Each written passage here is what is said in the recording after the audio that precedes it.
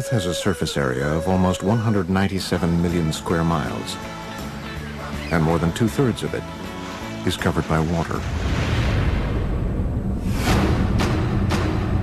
To this day, a great majority of our oceans and seas remain vastly unexplored. We know more about the secrets and enigmas of the lunar surface than we do about the world's waters.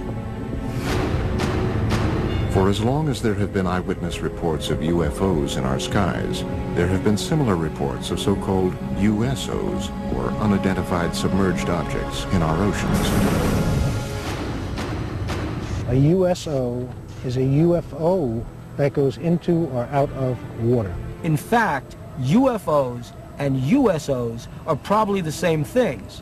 A UFO becomes a USO when it's no longer flying and submerges. For the first time ever, explore the mysteries of this most elusive class of UFO.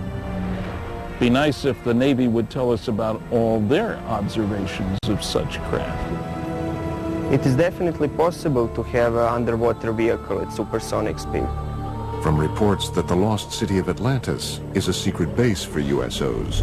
The legend of Atlantis is based on knowledge that such a base exists today. To an eyewitness account recorded in Christopher Columbus's journal in 1492. They saw it going up and down in the night. To the world's only government-documented USO incident, a dramatic event off the coast of Nova Scotia, Canada. On the night of October 4, 1967, a UFO was seen to hover over the waters of Shag Harbour, tilted to a 45-degree angle, and descended rapidly to the water surface, producing a flash and the sound of an explosion. According to researchers, deep-sea UFOs continue to lurk through the uncharted waters of Earth. Have UFOs visited our planet? Or are they already here?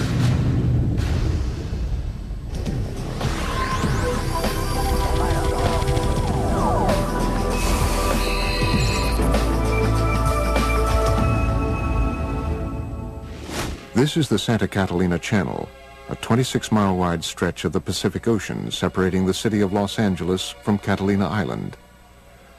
According to experts, these waters, portions of which might be as deep as Mount Everest is high, may contain some of the world's darkest mysteries. You are seeing an unidentified flying object. It is not a hoax. It is real. The film was taken by Leland Hansen while filming Catalina Island from a helicopter. In recent years, escalating reports of unidentified submerged objects, or USOs, flying into and out of the channel have caused great concern to local residents and researchers. The whole area here is just a huge hotbed of UFO activity.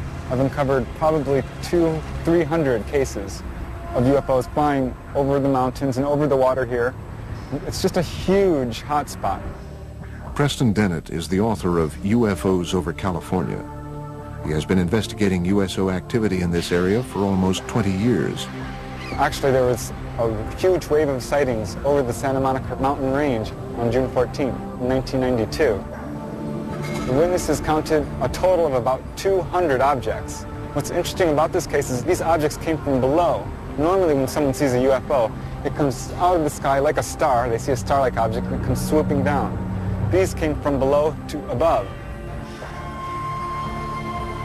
June 14th, 1992, 10:24 p.m. For almost 2 minutes, the waters of the Pacific Ocean explode with light as hundreds of bright, disc-like craft are witnessed flying out of the water together.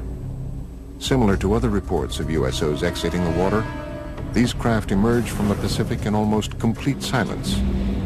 They reportedly hover for a moment before bursting into space. Reports of this incident were phoned into local police departments as far away as Malibu. The following is an actual call that was placed on that day. Monster Sheriff Station. Did anyone report anything strange tonight? Can you be a little bit more specific? Strange, Lights? Just what exactly happened to you? I'm ashamed to tell you because I think you're going to think I'm crazy.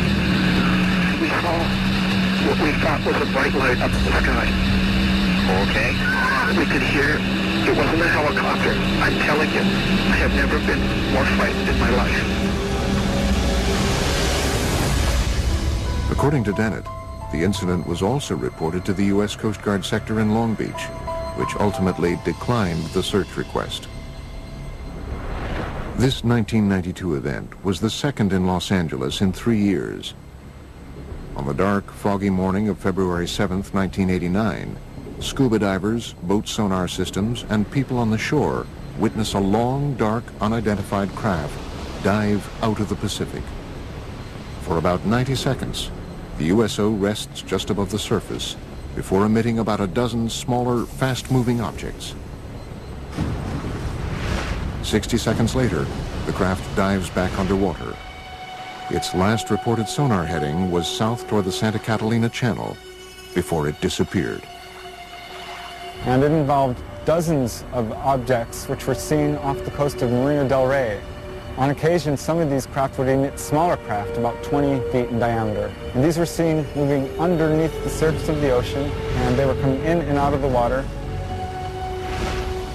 As the 1947 incident at Roswell sparked worldwide curiosity about flying saucers, these events near Los Angeles have sparked a current wave of research into the capabilities and threats of so-called USOs.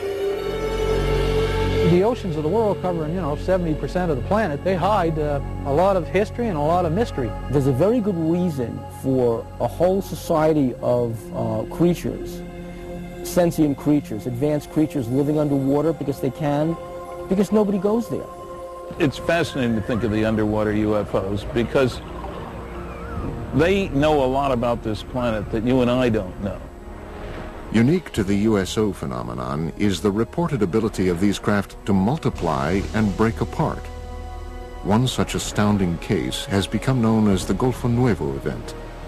On February 8, 1960, the Argentinian Navy is on alert as they track two unidentified submarine-like objects in its waters, thought to be American subs. Then, according to reports, the underwater objects are seen on sonar to break apart and fly out of the water. Sonar contact, 173, 438 yards. Bridge contact, sonar contact, 173, 438 yards. Two gigantic submarines sighted by the Argentinian Navy in 1960 inexplicably multiplied into 6 other submarine objects. The Argentinians were never able to catch them or destroy them because the objects simply disappeared. The case even caught the attention of the Soviet Union's most senior officials. Nikita Khrushchev, who was the leader of the Soviet Union at the time, was so much intrigued by the whole story that he sent his diplomatic attaché in Buenos Aires to find out what's been going on. While some researchers contend that these reported cases might be nothing more than military submarines firing torpedoes, others argue that submarines were not capable of firing 6 or more objects in 1960. Late USO researcher Ivan T. Sanderson's 1970 book, Invisible Residents, was the first to analyze the USO phenomenon. He reports on another remarkable example of USO behavior. In March 1963, the U.S. Navy submarine exercise is progressing as planned 100 miles off Puerto Rico. Suddenly, one Navy sub abruptly breaks from its assigned route after picking up an unidentified object traveling at speeds in excess of 150 knots. The submarines are astonished by the depth at which the unidentified craft is moving, 20,000 feet underwater. It gave the acoustic signature of a single propeller type of motion through the water, and it was tracked at depths down to 20,000 feet, whereas a typical crush depth for a submarine would be 7,000 feet. So this thing, whatever it was exceeding the technical capabilities of submarines at that time and even today. The vessel is tracked for almost 4 days by the entire carrier group. The object would reportedly propel away at impossible speeds and then stop and rest, allowing for continued tracking by the Navy. Reports about this event were sent back to Sinclair Fleet Headquarters in Norfolk, Virginia. However, an official determination into what was seen on sonar that afternoon was never made. But according to reports, the Navy lost track of the craft after midnight on the fourth day. It was never picked up on sonar again. Nobody advanced a theory as to how something could move that fast. We have reports of USOs going into and out of the water, but we don't have any of the technical data. Flying saucers that are above the ground, people see them. But what's underwater, the Navy sees them. And the Navy isn't talking about what it's finding.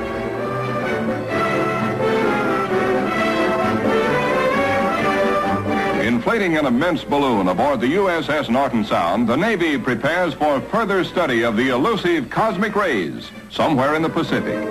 That's the news. A secondary consideration clears up the mystery of the so-called flying saucers. For it is these monsters, which rise 19 miles and attain diameters of 100 feet, that have been mistaken for the apparitions called flying saucers. At great altitudes, they tell us, these elongated enormities flatten out like plates. Mystery ended.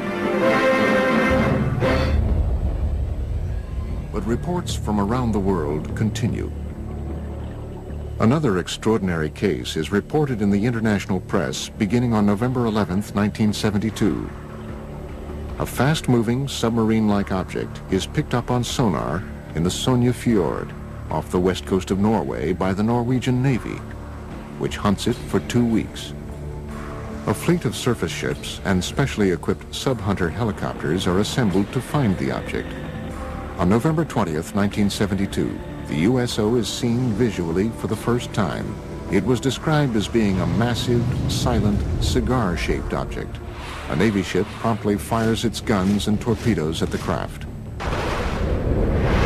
Some ship actually saw it on the surface and fired at it, but it dived, and then they started dropping depth charges. Although all the articles treat this as a submarine, the fact of the matter is nobody was able to identify it as a submarine. After tracking the object for almost 2 weeks, the Navy devises and executes a plan to blockade the fjord and trap the USO. They tried to seal off this fjord so nothing could get in or out. Nevertheless, after 14 or 15 days, this thing disappeared. So that may mean that this object, whatever it was tracked by the Navy, was not a submarine at all, but an unidentified submerged object. Coming up, did Christopher Columbus and his crew witness USOs flying into and out of the Atlantic on October 11th, 1492? One of the earlier cases comes all the way back from the day before Columbus Day in 1492, before there was a Columbus Day. And it happened on the Santa Maria.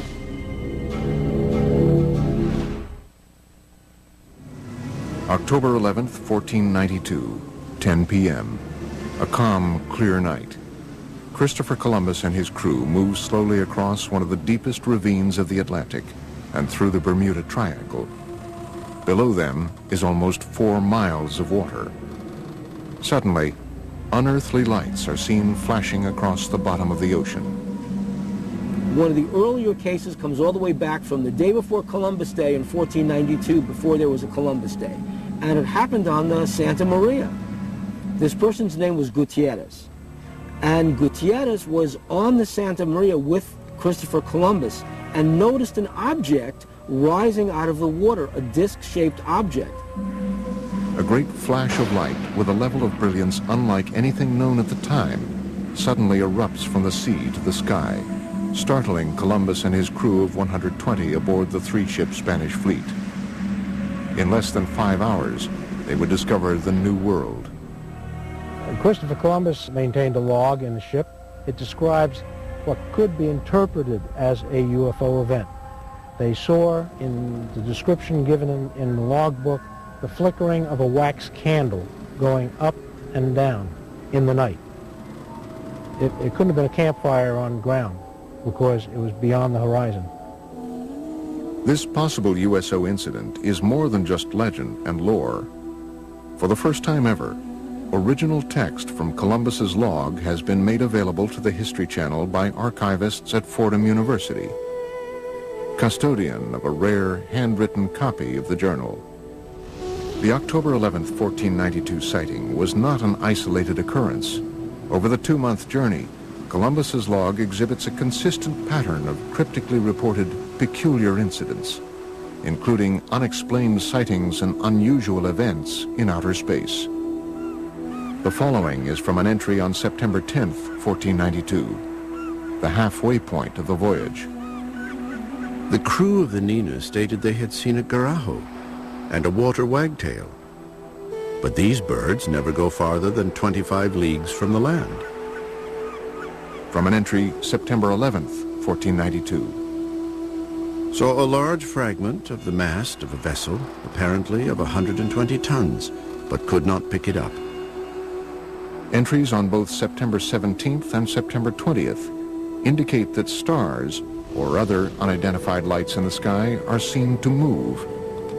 The cause was that the star moved from its place, but the needles remained stationary. And from the infamous entry of October 11th. The Admiral, at 10 o'clock that evening, standing on the quarterdeck, saw a light. Calling to Pero Gutierrez, he told him he saw a light and bid him look that way, which he did and saw it. The Admiral again perceived it once or twice, appearing like the light of a wax candle, moving up and down. Is it possible that these strange events, recorded during the most fabled nautical journey in history, were the result of otherworldly vessels tracking Columbus's fleet? Some suggest, however, that any interpretations or rationalizations that might be gleaned from Columbus's log are not the whole truth. If Christopher Columbus saw a strange thing come out of the water, fly around his ship, and then take off, would he have told anybody about it? They'd have locked him up in the brig instantly. The guy's crazy, because things can't do that. One of the earliest USO reports comes from 329 BC. After witnessing what he described as shining shield-like objects flying into and out of the Jaxartes River in India, Alexander the Great was so convinced that he witnessed otherworldly vessels, he spent the final 6 years of his life searching for evidence of these objects in a diving bell, believed to be the world's first submarine. Some conclude, however, that Alexander's underwater adventures had a greater goal, finding and conquering the one kingdom that had eluded him, Atlantis. Well, Atlantis first enters literary history in the philosophical dialogues of Plato. These are the Timaeus and the Critias. The gods, bothered by the attitude of the Atlanteans, decided to destroy Atlantis. In one day and one night, they destroyed it with a cataclysm, and it sank. To this day, researchers continue to speculate about Atlantis as a hub of USO activity.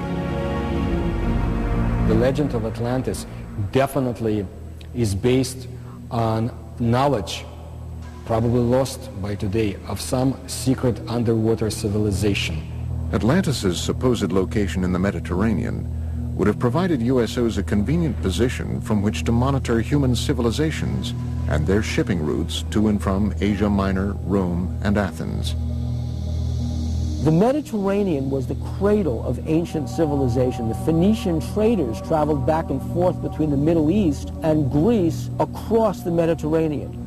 If there were a culture of either aliens or original inhabitants of planet Earth who wanted to seed the planet, to seed humanity with myth, the Mediterranean is a natural base for them to set up an underwater facility. Well, I don't know if Plato was talking about unidentified submerged objects when he came up with Atlantis, but I suppose there are people who, number one, assume that Atlantis is real, number two, that it's somewhere in the Atlantic, number three, that it's buried under thousands of feet of water. The ancient Athenians, however, were not the first to record stories of unidentified objects in the oceans. Experts believe the ancient Egyptians may have even recorded sightings in their hieroglyphic drawings. In ancient Egypt, in the temple at the city of Abydos, somebody made an inscription, a depiction of a submarine. There was another depiction of an object that looks like a helicopter. Who made it? How did the ancient Egyptians know about it? We have no idea. One of the earliest European cases is a series of reported English sightings in the 11th century. One of the oldest cases I have on the site goes back to the year 1067. It has to do with people in the countryside seeing something flaming in the sky that came down to earth, lit up the countryside, and then went up again, and then into the sea. Carl Feint has been researching USO phenomenon for almost a decade. His internet site, waterufo.net, has an archive of over 900 current and historic USO reports. According to Feint, one of the 20th century's first cases was reported in detail in the Philadelphia Inquirer on August 1st, 1904. A British cargo ship, the Mohican, en route to Philadelphia was, according to the paper, enshrouded in a strange metallic vapor which glowed like phosphorus. I have found out recently that that case is a heck of a lot more detailed and scary than originally shown. The captain and the crew confirmed that an object came across the ocean, a cloud, approached the ship, and it was glowing. Not a meteor, going straight down. It's coming across the sea. As it came towards the ship, the captain was trying to distract the crew to get them to do something different, and get over the fear. They couldn't move anything while the cloud was around the ship. The Inquirer further reports that during the event, the ship's compass revolved with the speed of an electric motor, and the sailors were unable to raise pieces of steel from the magnetized decks. The story goes on to quote the Mohican's Captain Urquhart, who confirms that the account is vouched for by every man of the crew. But perhaps the most astounding USO-related event, according to experts, is a Canadian case from 1967. The Shag Harbour case is the most important USO case in documentation. The UFO moved underwater to a different point. A second UFO joined it. Coming up, we visit Shag Harbour, Nova Scotia on the 38th anniversary of this crucial USO incident. On October the 4th, 1967. That's where the lights was, right behind me on the water.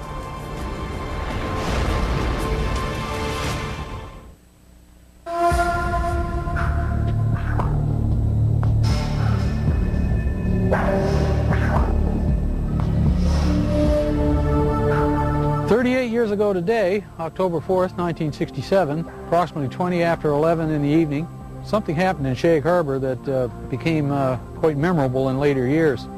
The night of October 4th, 67 has become known as the Night of the UFOs among many UFO researchers. The Shag Harbour incident has become the best known aspect of that night. Chris Stiles and Don Ledger have spent the past decade researching the 1967 Shag Harbour USO incident. The case, widely reported throughout Canada at the time, had been largely forgotten in subsequent years. Their 2001 book, Dark Object, reopened the case, shedding new light on the many reported USO events of that night and the weeks following. The reason that the Shag Harbour incident came to the forefront and kind of eclipsed the importance of the other sightings from the Night of the UFOs is simply the fact that it's the one case where something came down out of the sky and crashed into the water.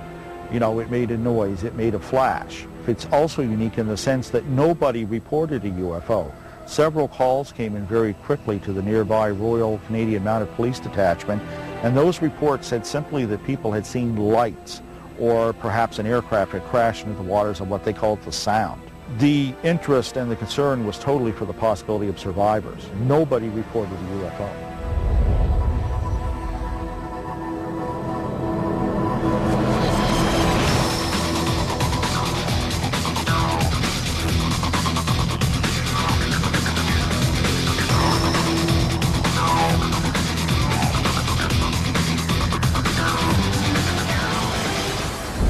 I'm not surprised now that I had seen something in the sky that night, because all over Nova Scotia, the night of the Shag Harbour incident, there were many UFO reports. Just up around the bend, we'll be coming into Shag Harbour, and the site crowd gathered and watched whatever it was that happened here 38 years ago today. Each year, Ledger and Stiles make an anniversary trip to Shag Harbour to meet with Norm Smith, one of only 3 surviving witnesses. See the island out there? That's where it all took place, right off there. That's where we've seen the light in the water. Hey, sir. How you been? Good. Wow. There we go. Same old, that's good. The three of us stood on the lawn watching the lights.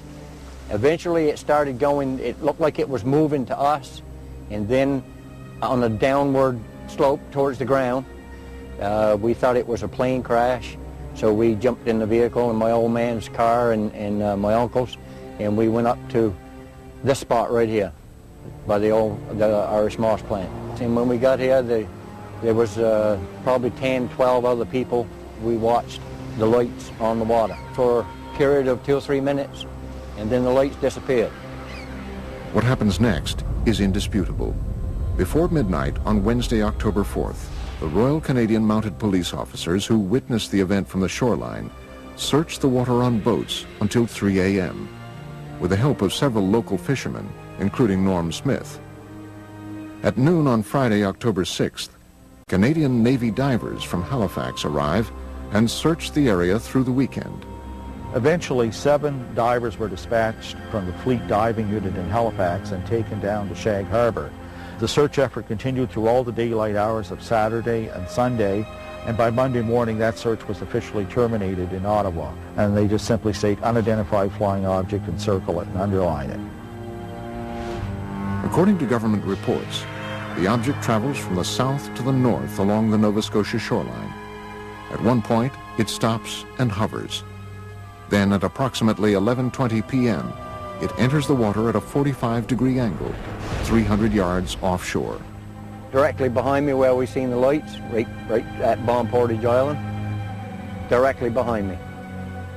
When the Royal Canadian Mounted Police officers that had responded to the call arrived at the shoreline of Old Highway number 3, the UFO was still moving upon the surface of the water. The object also appeared to be leaving a trail of dense yellow foam. In the weeks following October 4th, the story becomes even more mysterious. The case is front-page news across Canada, and as Ledger and Stiles report in their book, in the days just prior to the Canadian military's official classification of this incident as a UFO event, a second craft enters the waters of Nova Scotia to rendezvous with the first craft. Then this thing resumed its headway back down this way at about 4,400 miles an hour and came down through northern New Brunswick, right down over the Bay of Fundy, across the southwestern tip of Nova Scotia, across this way, and went down in the water here. Authorities already knew the object was no longer there, that it had moved under the water and had come to rest on the seabed. It sat there for almost a week, right to the hour. And after that time, it began moving under the water to the Gulf of Maine with the aid of a second craft that was helping repair it. And the two of them broke the surface of the water and flew away out over the Gulf of Maine. Interestingly enough, there is a second report of a sighting 1 week in Shag Harbour of 2 sets of lights, one orange, one yellow, leaving the water and flying away. This case continues to inspire debate and continued research into the events of October 4th, 1967.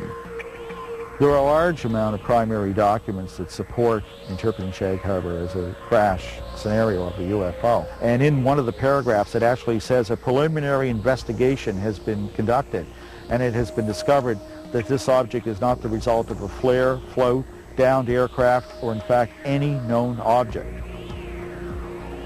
I didn't know then, back 30-odd years ago, I didn't know whether it was a UFO or what it was. But nobody will ever make me believe that there was nothing there, because it was. Coming up, seen for the first time, video evidence of what might possibly be a USO emerging from the waters of Laguna Cartegena in Puerto Rico. And they are coming towards Laguna Cartegena. And later, a University of California scientist reveals that supersonic speed by deep-sea UFOs is not only scientifically possible, but likely. A region with perhaps the longest legacy of USO activity is the area around Puerto Rico. As the mysterious southern point of the Bermuda Triangle, the island has been at the center of USO debate for decades. Puerto Rico is a hot spot for underwater UFO activity, and it seems to match the pattern of other cases. Puerto Rico is considered in all of the Americas to be the place where there's the greatest number of USO sightings. Members of the Puerto Rican-based ufology group, Project Argus, agreed to lead a tour of some of the island's more notable USO-related areas. Laguna Cartegena is an isolated lake near the southwestern corner of the island. It has become linked to much of Puerto Rico's reported USO activity. I have been conducting investigations for years in Laguna Cartegena, where there's also a lot of secrecy about USOs. Laguna Cartegena since 1930 has been a place where hundreds of cases were reported of flying objects coming and going from the area. October 8, 2002, approximately 9 p.m., Puerto Rican police officer and Project Argus member Carlos Torres witnesses a red glowing USO fly out of the waters of Laguna Cartegena at an incredible speed. Then it stops and hovers just above the water. I was a witness of an object suspended over Laguna Cartegena. The military got involved because they were also witnesses. The object flew away and then back from Monte Indio. And it stopped and hovered over Laguna Cartegena. After hovering for several minutes over the area, the object was seen to crash back into the lake. Another Argus member, Giuseppe Quiñones, believes he captured the same object on videotape in 2004. I took a video on November 20th, 2004, in the immediate area of Laguna Cartegena. Seen for the first time, possible video evidence of a USO near this enigmatic lake. The brightly lit craft-like object was seen emerging from the water. Here, it hovers for almost 1 minute before flying away. In the mid-1990s, several attempts to disprove the USO activities were made, despite hundreds of witnesses that said they saw lights going in and coming out of the water. They have been seen all over Puerto Rico. Specifically, the most mentioned places are Laguna Cartegena and Route 303. The region of Lajas, through which Route 303 runs, has been another source of significant USO and UFO reports, including a possible 1997 crash on Monte Indio that left behind a scorched earth impact zone and many unanswered questions. In May 5, 1997, a UFO crashed there, burned many lands on the top of the mountains, and there was federals that night, and they obtained something that we don't know, a UFO. After this 1997 incident, local government officials began to take USO and UFO reports more seriously. As a direct result, the mayor of Lajas, Puerto Rico, recently designated the roadway through the heart of Puerto Rico's UFO country as UFO Route 303. But for now, other USO-related events around the island are far more pressing for experts. In the hills around Lajas, a mysterious government aerostat, a tethered balloon-borne radar, is frequently launched up to 3 miles in the air, ostensibly to monitor air traffic and weather. However, USO researchers believe the balloon's real function is actually covert, to observe and record UFO and USO activity. There is a government document in the legislature where a secret investigation was conducted. Not public, but secret, about the USO events in the waters. But the document states that they do not pose any danger to humanity. The volume of USO reports from around this small island have prompted many to speculate that the deep waters directly below the southern tip of the Bermuda Triangle, just offshore, conceal more than USOs. Experts and researchers from around the world believe they possibly obscure a major USO base as well. It is suspected that there's a base between La Paguera in an area near Cabo Rojo. It is also supposedly very deep and cavernous, and it goes as far as Laguna Cartegena. The motive for them coming in and out of the water is so that they are able to enter in one area and come out in a different area in the underwater basins.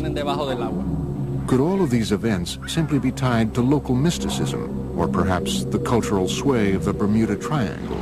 In Puerto Rican culture, the majority of the people here, even though they talk about the chupacabra and the Bermuda Triangle, they do not believe in any of this.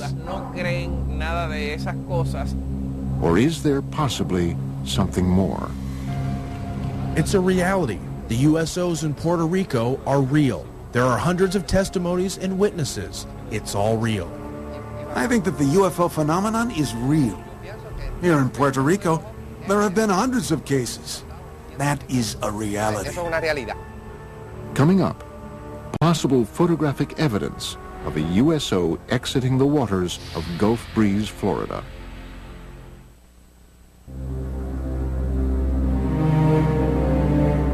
It is believed that unidentified submerged objects are able to move through our oceans and seas in ways that defy all principles of modern physics. Experts are confounded by the ability of these vessels to reportedly travel at extreme depths, pass through ice with impunity, and traverse water at supersonic speed. These kinds of craft, ostensibly, can travel underneath the water because they are impervious to water, just like they're impervious to gamma rays, cosmic rays, impervious to anything that gets in the way of their traveling in space. According to all information, we are dealing with a very advanced technology. They circle ships and next thing you know, dive into the water. It's not a barrier to them. They just go from one medium to another. In late 1969, while conducting their regular Operation Deep Freeze ice-breaking exercises near Antarctica, U.S. Navy sailors aboard the USS Calcaterra reportedly witnessed an unidentified submerged object with some extraordinary capabilities. Ivan Sanderson in Argosy magazine, where he talks about an event somewhere in the Arctic when an object came up through the ice and took off. Really sort of burrowed its way through. A large submarine-shaped object at least 100 feet long is seen bursting out of the frozen ocean through several yards of solid ice at an incredible speed.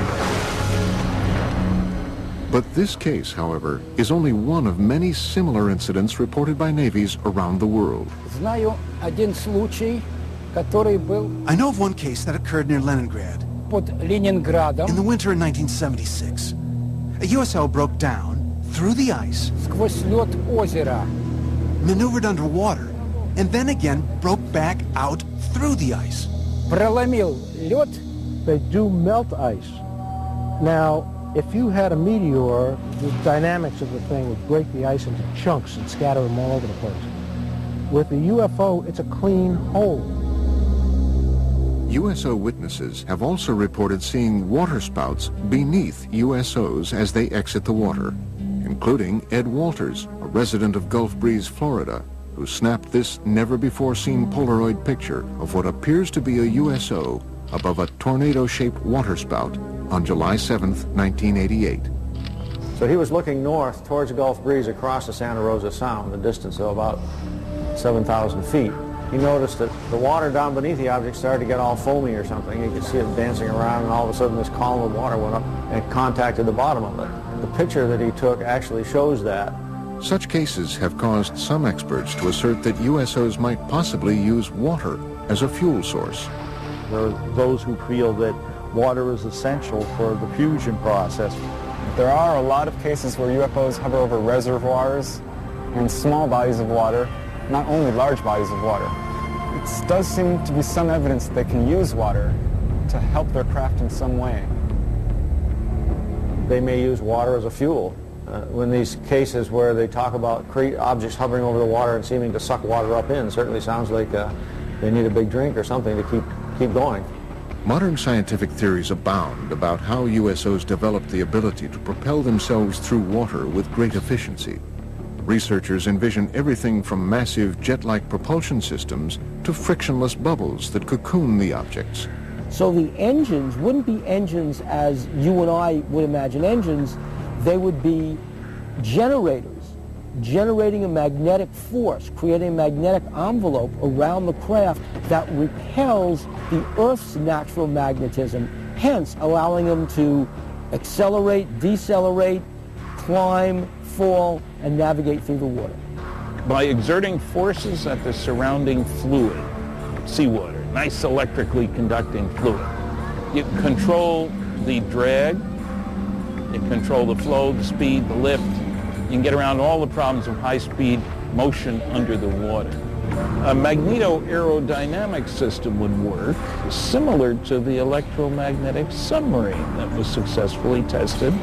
An electromagnetic submarine was in fact built and tested by the University of California, Santa Barbara in the mid-1960s. It took advantage of saltwater's natural ability to conduct electricity.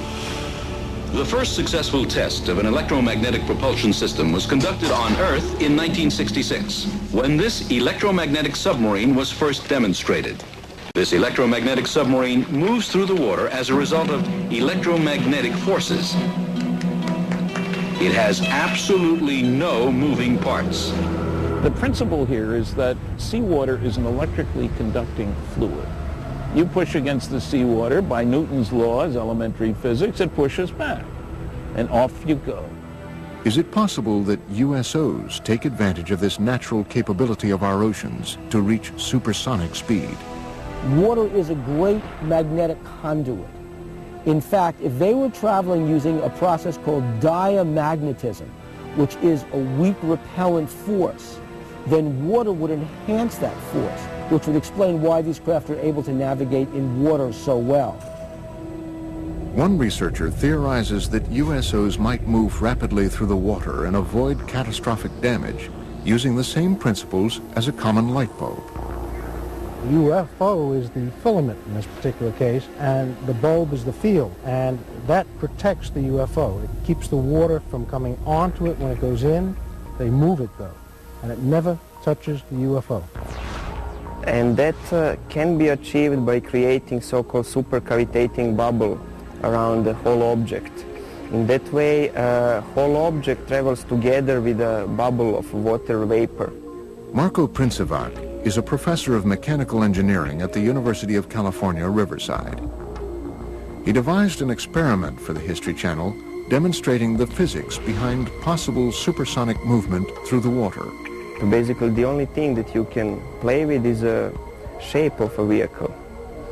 And it will deviate from standard shapes of a submarine. To demonstrate how different shapes can produce the conditions for supersonic underwater travel, Princevac and his team force an underwater current along with green dye and high-powered lasers around different submersed objects. So if we have something called a streamlined body, we see that fluid flows undisturbedly around that body. This red streamlined object represents the perfect shape for a fast-moving underwater vessel. In direct contrast, the cube that is tested creates massive resistance all around the object. A good shape for an underwater supercavitating vehicle would be something similar to a return capsule of Soyuz or other space missions. The laws of earthly physics change dramatically underwater. Propelling an oceanic vehicle to supersonic speeds requires an amount of power greater than what man has currently invented. A vehicle that has a 5-foot diameter and we want to go at the speed of sound in the air, we would need an engine that can produce 15,000 horsepower. For the same vehicle to reach the speed of sound under the water, we would need an engine that can produce around 1 million horsepower. While it might be scientifically possible for USOs to prowl the oceans at supersonic speed, how have these craft developed the technology required to achieve this milestone? The many mysteries of these craft may never be fully understood, and that is exactly what provokes the greatest debate and distress among investigators and researchers. I think it's easier for us to land a man on the moon or even create a moon base than to land a man on the bottom of the ocean. If they're hostile and have come here to conquer Earth, they would have done it 1 million years ago. We might be their creations for all we know. The earth is conquered, we work for them, they live here, this is their planet. Do the cities of Sodom and Gomorrah actually exist? Josh Bernstein is on an epic quest to find out. It's gonna be a great adventure! So there actually could have been a Sodom and Gomorrah. If I'm not back in 5 minutes, send a search party. Digging for the truth, Sodom and Gomorrah, next on the History Channel. This way is much more fun.